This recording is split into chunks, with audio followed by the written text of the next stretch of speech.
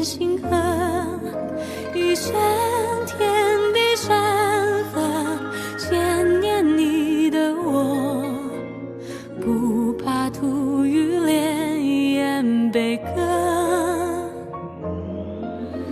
你在前的光影，沿着梦裂破，锋芒涅槃入我，重燃了喜乐，应顿一程海色，紧随你跋涉，不去向巨浪荆棘波折。你见过我桀骜的、清晰的、赤诚的心，从被名利过，带着大地长河的笑容去奔赴辽阔。每一丝丝、一缕缕金紫珠，放在我生命展开云朵，它翻腾叹息镌刻。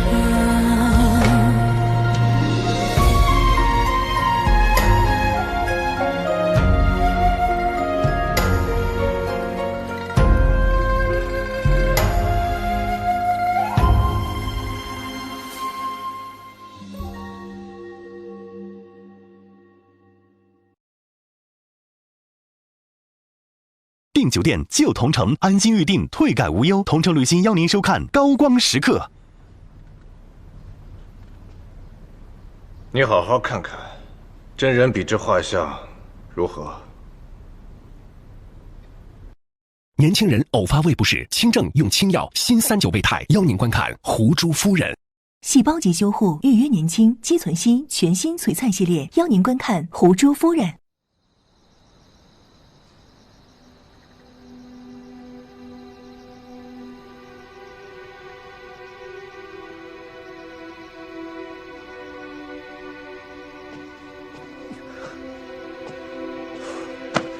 我身体这么好，每日还让我换药，换，弄得跟个小娘子似的。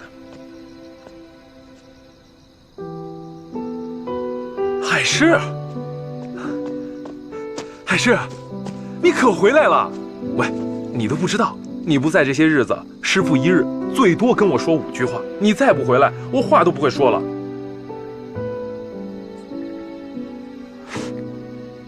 你怎么了？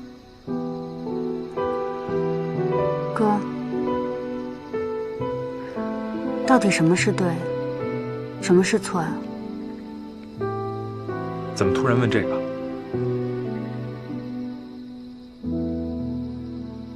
师傅让我出去办了个差，赵叔死了。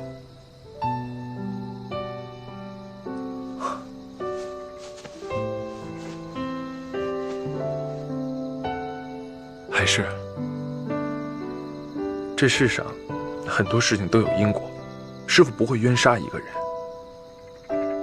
或许是赵叔做了什么不该做的事情，咎由自取呢。从前我也不习惯，到后来我才慢慢适应的。你说因果，那到底什么是因果？你知道吗？那一刀下去，我想起了我阿爹。当年，我阿爹为了寻鲛珠，带我出海是因。我拼命挣扎想活下去是果。我拼命挣扎是因。咬破了我阿爹的手是果。我阿爹手破了是因。因此而被鲛鲨吃掉了，又是果。看似环环相扣。如果再往前推呢？我阿爹为何要求鲛珠？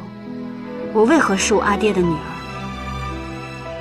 我跟我阿爹阿娘生活在渔村，我们的性命就如同一棵棵微不足道的草芥，任何一点风吹草动就能决定我们的人生。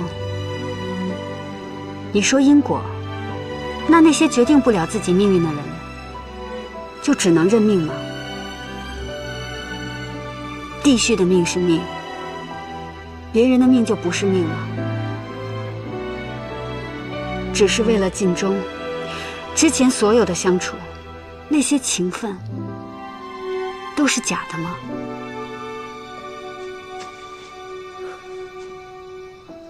海市，你给哥听好，你听差办事，就算错也不是你的错。你不明白的，哥给你去问，非给你要个结果不可。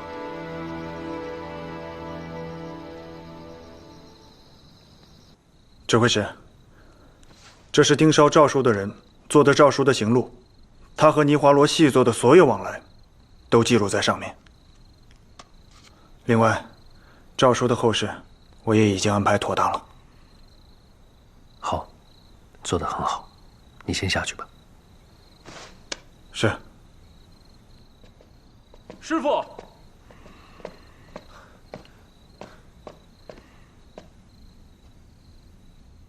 这么晚，何事？季风馆的事情千万件，为何偏偏让海市去杀诏书？他可以不杀。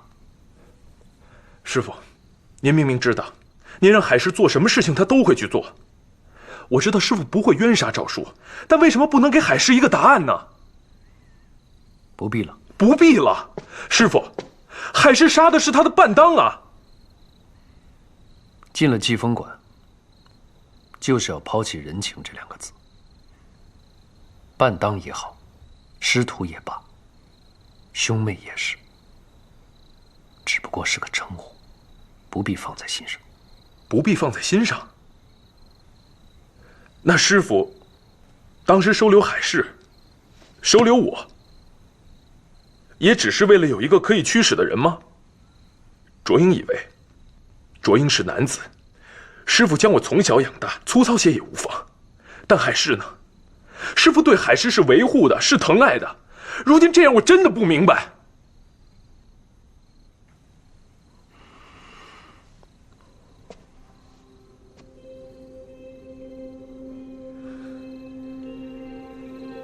你还记得吗？我们救他之前，给过他选择。你如果跟着我，选择做个女孩的话，除了安逸，什么都没有。但如果选择做个男孩的话，除了安逸，什么都有。男孩，我要做男孩。他在办差之前，我拦过他，结果呢，他还是去了。这一切都是他自己选择的，他连陛下都敢杀，你觉得他怕死吗？你太小看他了。海市要杀陛下，他要为我们报仇。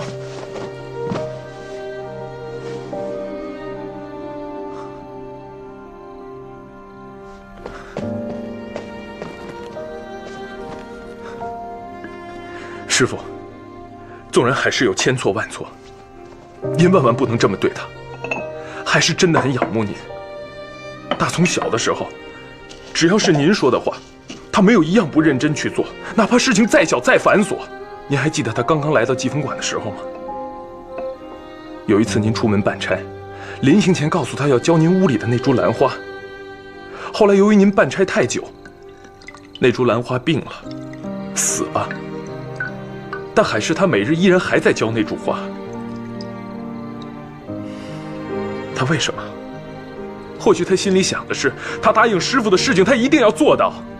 还有师父，您说过，练功很辛苦。海市这么多年来，从来没有一句怨言，他甚至不愿意让我有怨言，因为他说，师父是最好的师父。别说了，师父，如果您想责罚他，想锤炼他，您大可以给他派一些别的任务，为什么让他去杀诏书？我叫你别说了。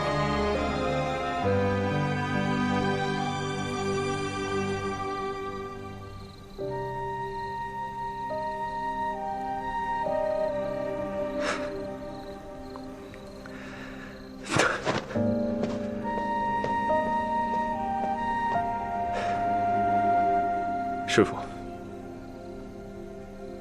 您对海氏太残忍了。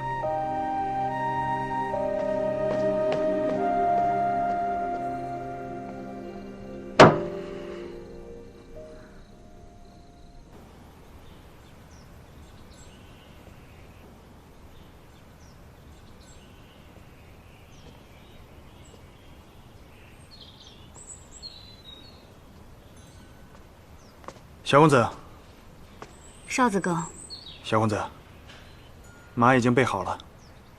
你这刚办完差事，才歇了1天，就着急要走啊？师傅让我历练，我也想去各处的铺子看一看。要不要跟指挥使告个别？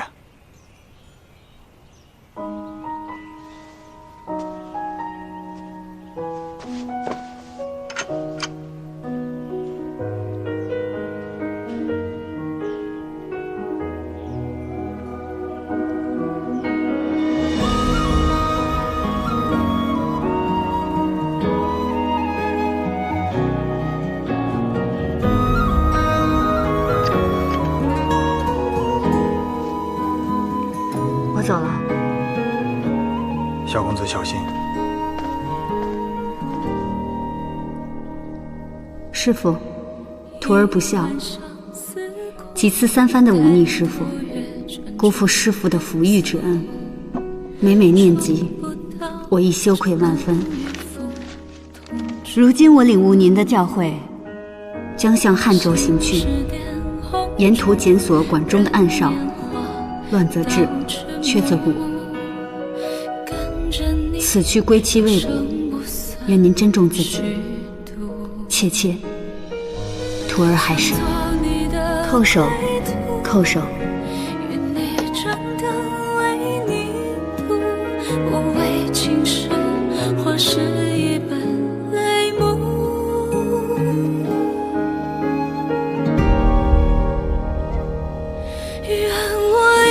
是追逐，不染尘土，要亲自招付。愿我不逆旧路，细雨朝暮，江山寒风不。愿我青春皮肤回顾，落魄也投入。承蒙你的倾慕，最后如最初。一生一次。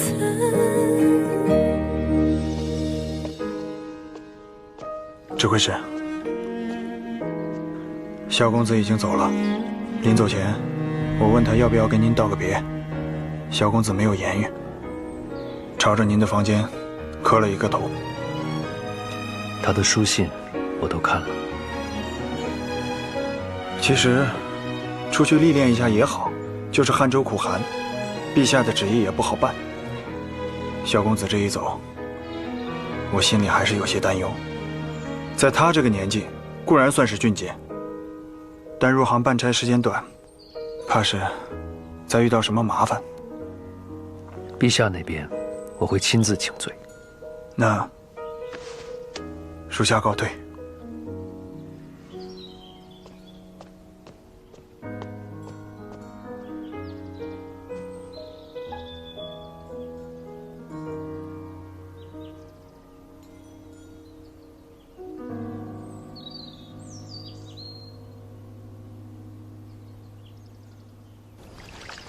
周柳姐，你确定在此处换洗皂纱会使皂纱变得更柔软吗？我也不知道，不过这皂纱是祝碾的特产，祝碾位于西南方，天气与天启不同，会更湿润、更温暖。这水心院温泉的水应该更贴近祝碾的水温，我们姑且试一试。嗯。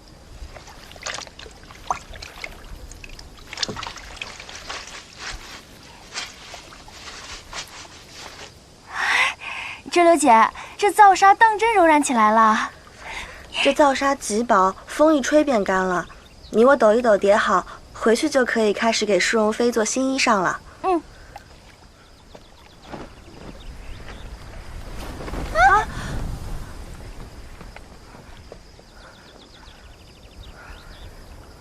周柳姐怎么办？皂纱飞走了。我们回去会不会被典医责罚？我看着造沙往那偏殿的方向去了，我们先去那边找找，没准能找回来。嗯。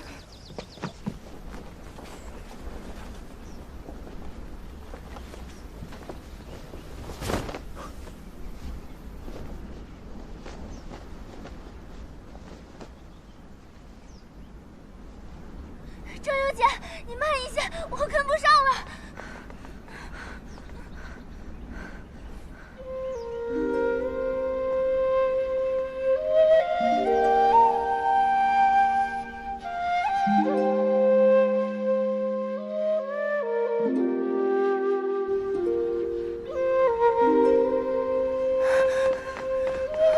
周流姐，怎么办？该找的地方都已经找过了，还是没有。怎么办啊？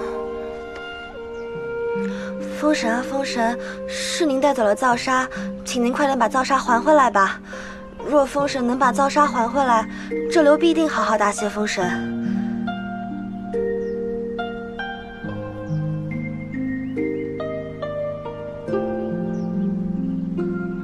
怎么办呀，这流姐，拜了风神也没有用。如此贵重的织品被我们弄丢了，会被送去内狱的吧？不怕，我会和典医禀明，是我要到水行院去换洗造沙的，一切的责罚由我来承担。赶紧回灵锦司吧，我们出来这么久了，这会儿典医肯定在找我们呢。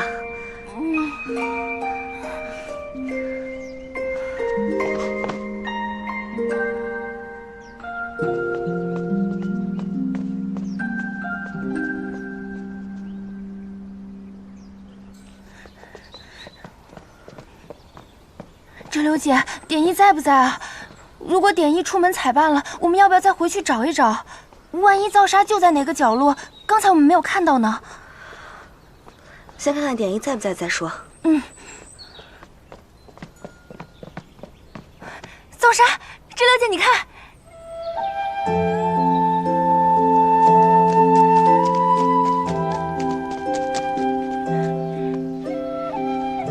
是咱们的造沙，没有损坏。太好了，这刘姐，咱们不用被责罚了。是谁将造沙送回来的呀？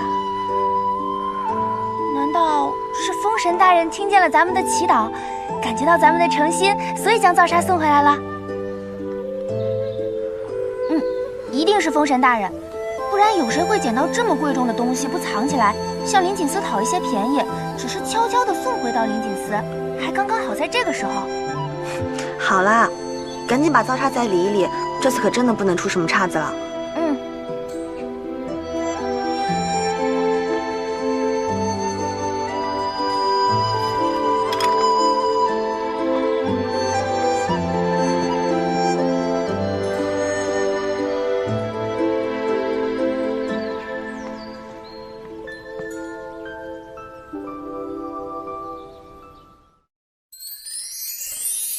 999感冒灵，家中常备，暖暖的，很贴心。999感冒灵，邀您继续观看《狐珠夫人》。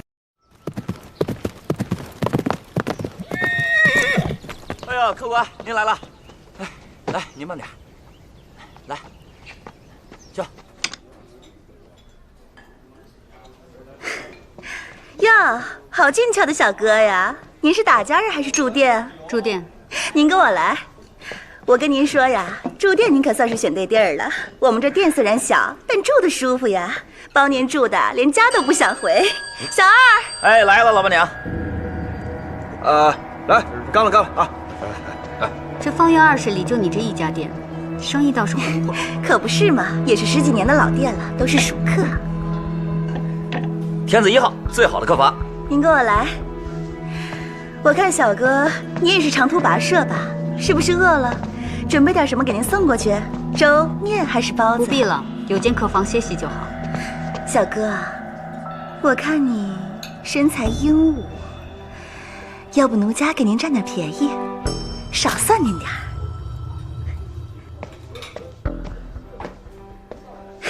小哥，还是奴家给您带路吧。就这间房，这个呀，可是我们这儿最好的房间。您来看看。看呀，房间好了。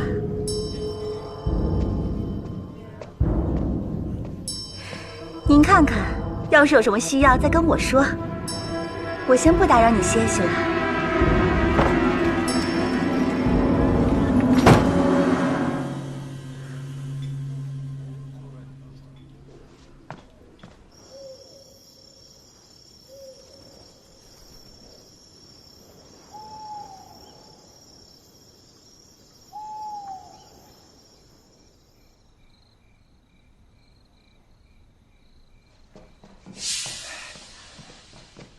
睡着了。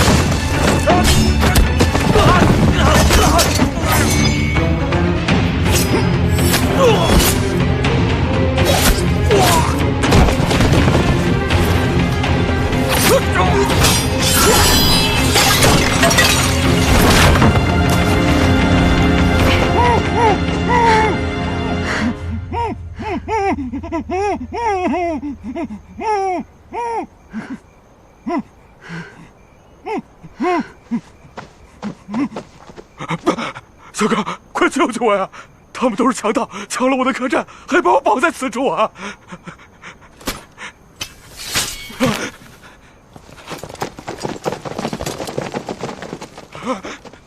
关老爷呀，你们得为小民做主啊！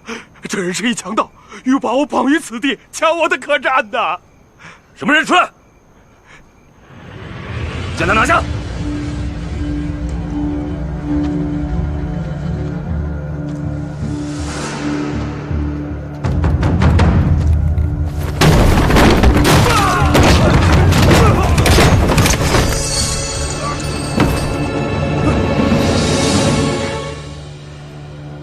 你们的主子真是越来越没有出息，开黑店打埋伏，简直侮辱他祖上的英名。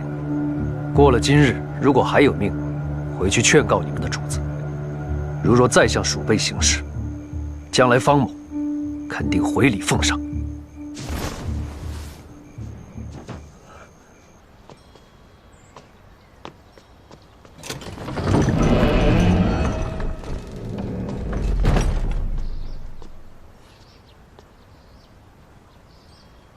站在那儿干嘛？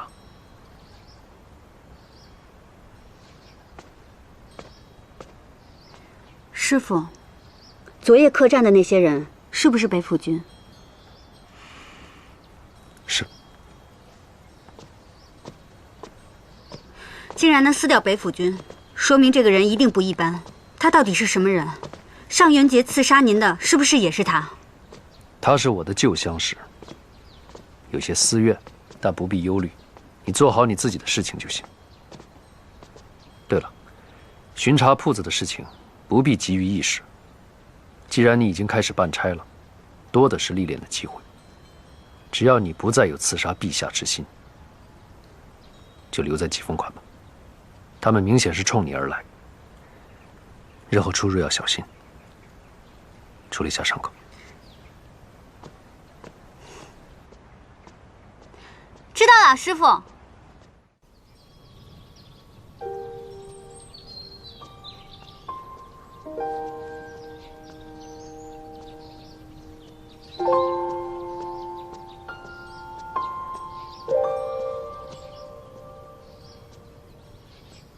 小公子，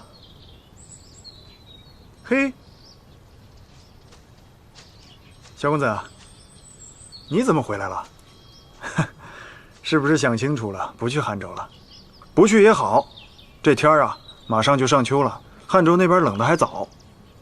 少子哥，师傅不会冤杀人的，对吧？小公子能这样想，那最好不过了。其实这件事啊，我早就想跟你聊一聊。别看赵叔这些年孑然一身，其实在北方老家，他有一个侄儿，是他唯一的兄弟留下的遗孤。赵叔每年都会悄悄送些银两给他北方老家的侄儿，不料被胡库细作发现，抓住了赵叔的侄儿，用他的性命要挟赵叔，给他们传递消息。此事人证物证俱在，虽然是胁迫，但国有国法，家有家规，赵叔哪一点都逃不过。指挥使答应了他的请辞，而后才让小公子前去盐城。对外就说赵叔是因为旧病缠身而亡，因为只有这样，才能保住赵叔唯一的侄儿，让他安稳度日。小公子，我知道在你心里，有些事情一定很难放下，但世事无常啊，人生的路还长着呢。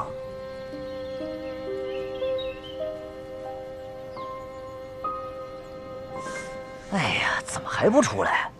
我早晨看到这刘姑娘了，她好像去水心院那边换纱去了。你看见了，咋不告诉我们？你傻呀！我当时正值岗呢，远远的看见。我要告诉了你，那值岗那些人不都乱套了？别闹，人家在等这刘姑娘。大人，大人，你们在这干什么？小的们是来熟悉地形地势的，以便将来好好值岗。哼。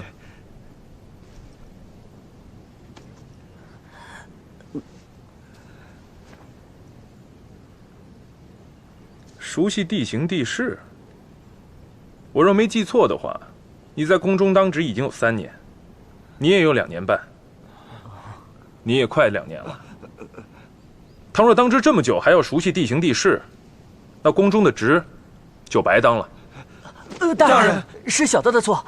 即刻起，你去西便门值守，你们2个去西角门当值。宫中严禁私相授受。倘若我再发现你们来灵锦司附近，定严惩不贷。是。还不快去！走了。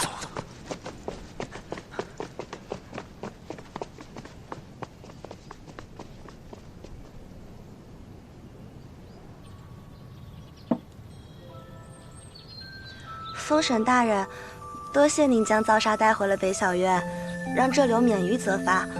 这流特意用家乡带来的这流花干做了这流花饼供奉您，望封神大人不弃笑纳。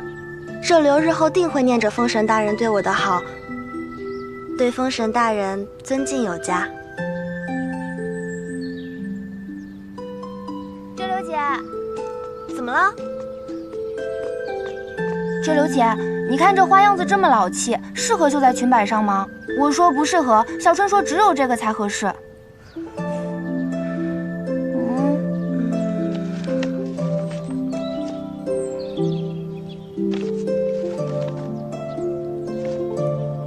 若是给荣姑姑绣的，便用这个吧。这个好，我马上便去绣。这刘姐的眼光最好了，小春哪比得了？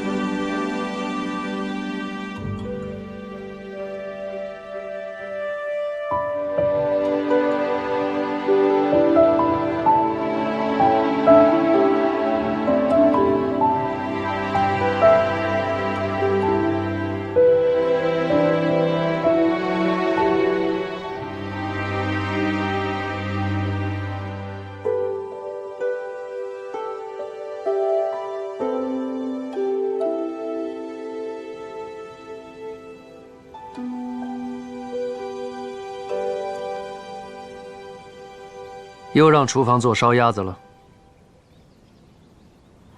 没有啊。我都闻见味儿了。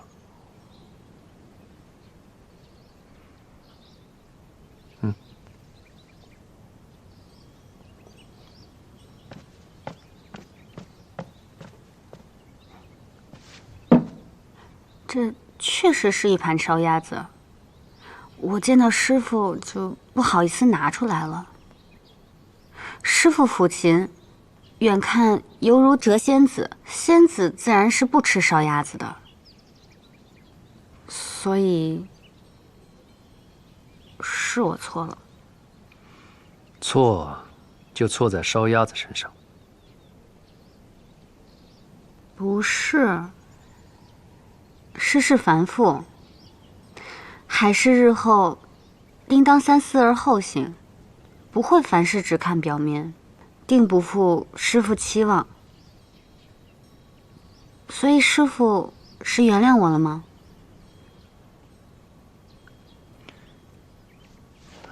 此处是何处？手三阳经。若是断了会如何？轻则不能习武，重则残废。知道，还不服药，自己思过，回房去。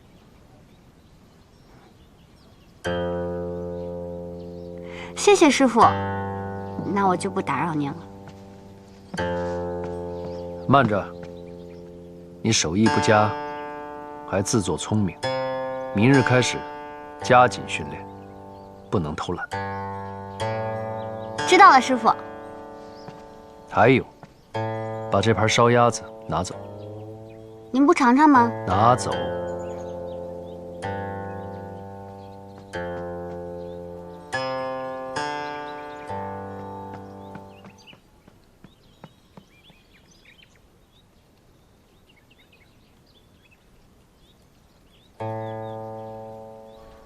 这里要留一些缝隙，不然下一道线上来会显得很拥挤。知道了。这柳姐，这都快绣了1日了。是啊，这柳姐，我们都快累死了，让我们歇息一会儿吧。是啊，姐，胳膊都快抬不起来了。你说现在典医又不在。是啊，这柳姐。歇一会儿吧，让我们歇一会儿吧。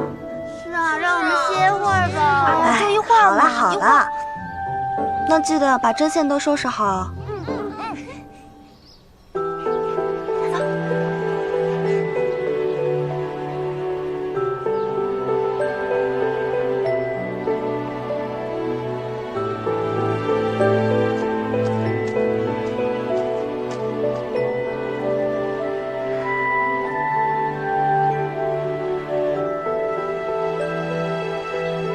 封神大人原来喜欢我做的这流花饼，日后我自会常常做给封神大人吃。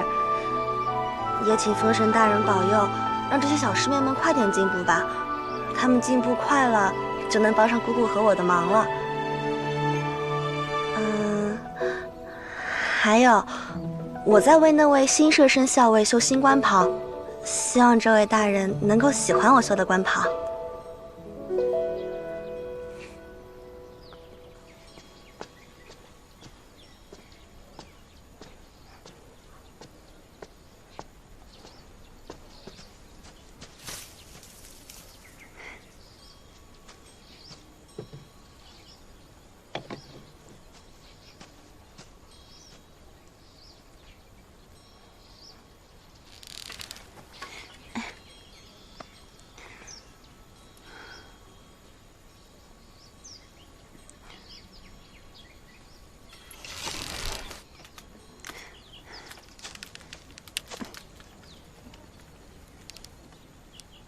师傅，看把戏。师傅，那日我走了以后，您是不是因为担心我，所以才一路跟着我？心中挂着我字，容易射不准。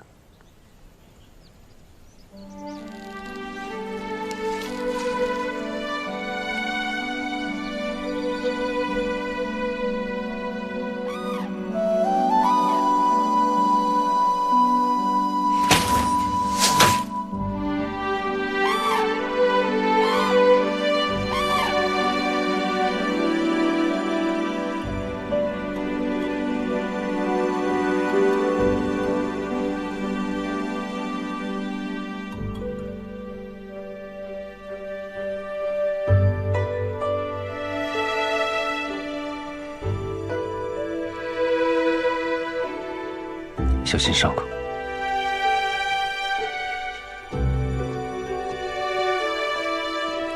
知道了，师傅。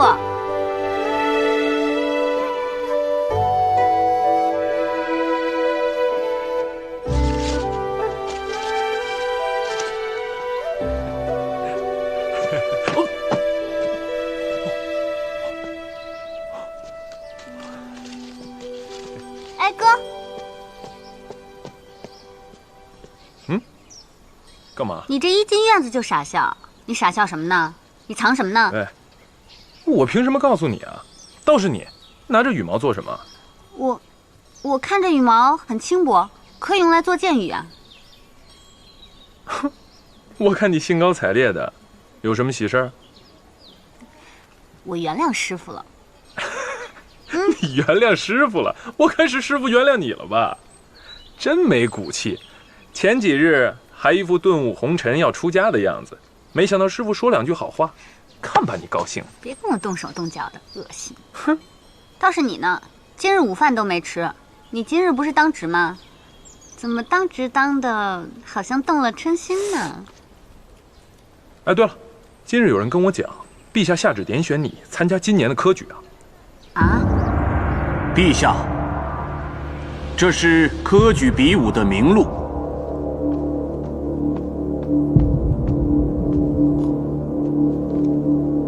苏秦，此次科举比武你是主考，就偏劳你了。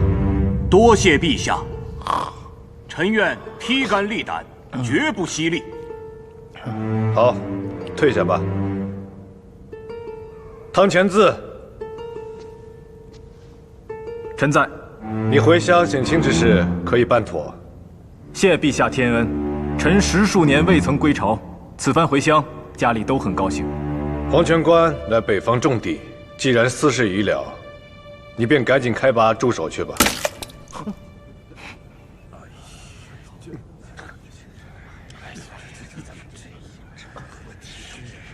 又蹲着了。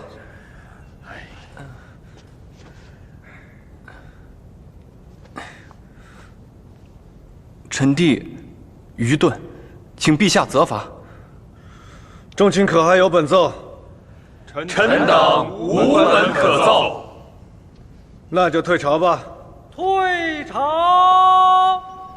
恭送陛下。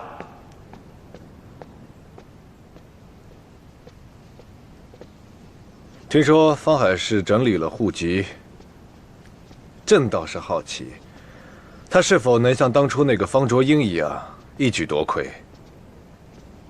他还差些火候。依朕看，他倒是比那方卓英强。方卓英是个闷罐子，闹不出什么声响。朕等着在殿上见到他。科举期间，臣会加强都中的守备，确保万无一失。万无一失有什么意思啊？无趣。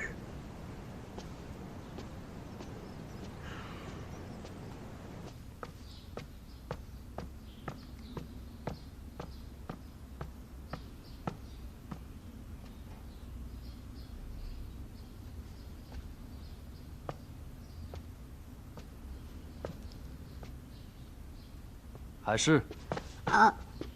师傅。找我有事。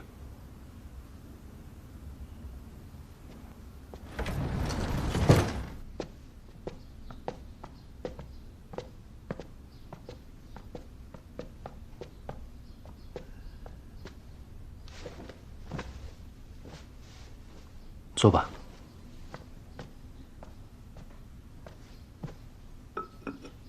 我来。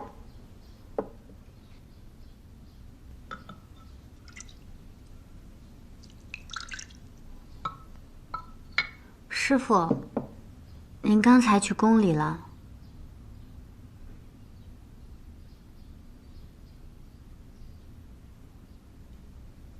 你特意来找我，就是为了问这个？卓英跟我说，陛下钦点我去科举。不用去，我替你推了他。不是的。一开始听到的时候，确实不知所措，但是我想去。想去，是为了陛下？不全是，我也想看看自己的弓马是不是练到家了。科举中有太多的关卡，你身份不方便。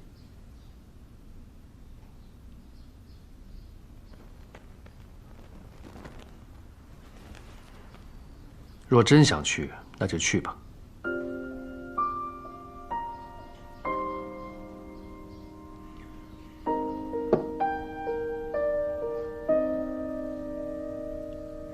还有事？师父明知道科举的时候陛下会在，为何仍然允许我接近他？这是陛下的旨意。还有，你答应过我，不会刺杀陛下。我相信你。是不是只要是他的旨意，师父都会遵循？天下之大，大征有今日，皆是陛下之功。可当年若不是因为他下旨，苛捐诸税，也不会有那么多人枉死，我也不会因此而失去父亲。国事非一人之事，上言下行之间有太多的关节，你慢慢便会懂的。先把心思放在科举上。师父放心，我一定会竭尽全力，好好准备科举。那我这就去练习了。徒儿告辞。仔细臂上的伤。抹了师父给的药，已经好多了。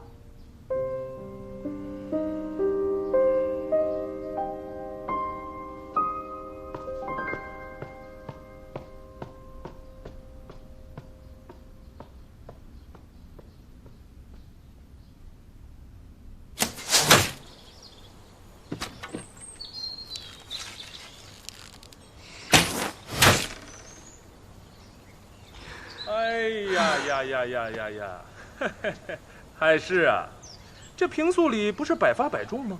今日怎么射成这样？哥，你来的正好，过来。干嘛？我还要去宫中有事。你今日又不当值，你去宫中做什么？反正有事。你去看嫔妃吧。你瞎说什么？看什么嫔妃啊？陛下现在每日心情都阴晴不定的，这些做妃子的可都遭殃了。当然了，我没说你的提篮殿下。自从你上次大闹进宫，陛下就把提篮殿下关进了玉安宫。不过啊，依我看，他不去看他反倒是好事儿。我之前还说收集天启城好玩的东西，收集齐了给他送过去呢，给他打发时间用。若不是我真的知道你什么情况，我还真以为你情根深重呢。这提篮殿下有什么好的，让你心里如此想他？我们女孩之间的情谊你不懂。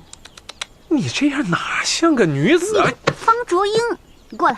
干嘛？问你点事儿，你跟我说说，你3年前科举夺魁的时候都考了什么？要准备什么呀？就这个事儿啊？这是现在最重要的事儿。乖。科举考试呢，分为初选、会选和殿选。你呢是陛下钦点的，所以就不用初选了。其次是会选，再次是殿选。会选和殿选都会在都中进行。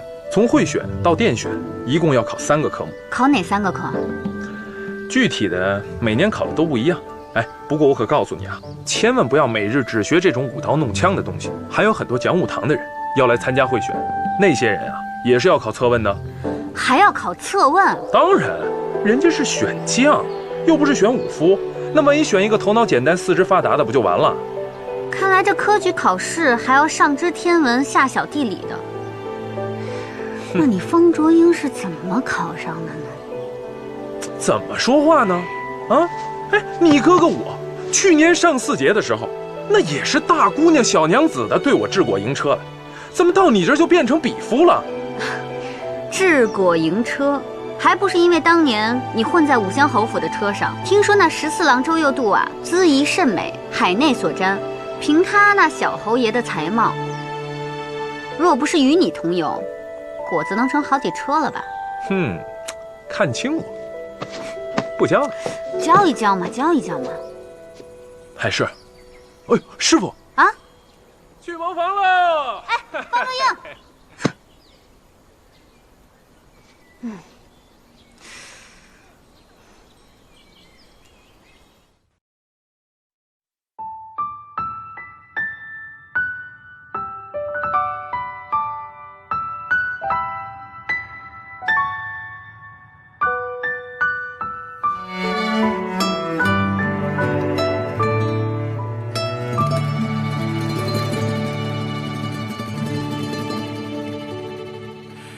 因我义无旁骛，只问一时分寸的针妥帖我们。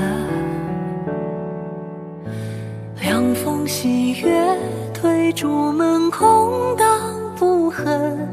这现实安稳，太适合牺牲。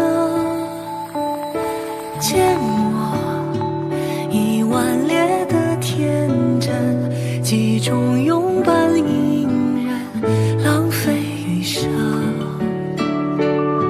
时光再蛮横，也要百尺子骨骼。思念倒不必借你回忆来傍身。当时风华纷纷，应是何时辰？何故要端坐风月里孤身？想再丹青的城，篝火令笔墨的人，不肯用灵魂相认。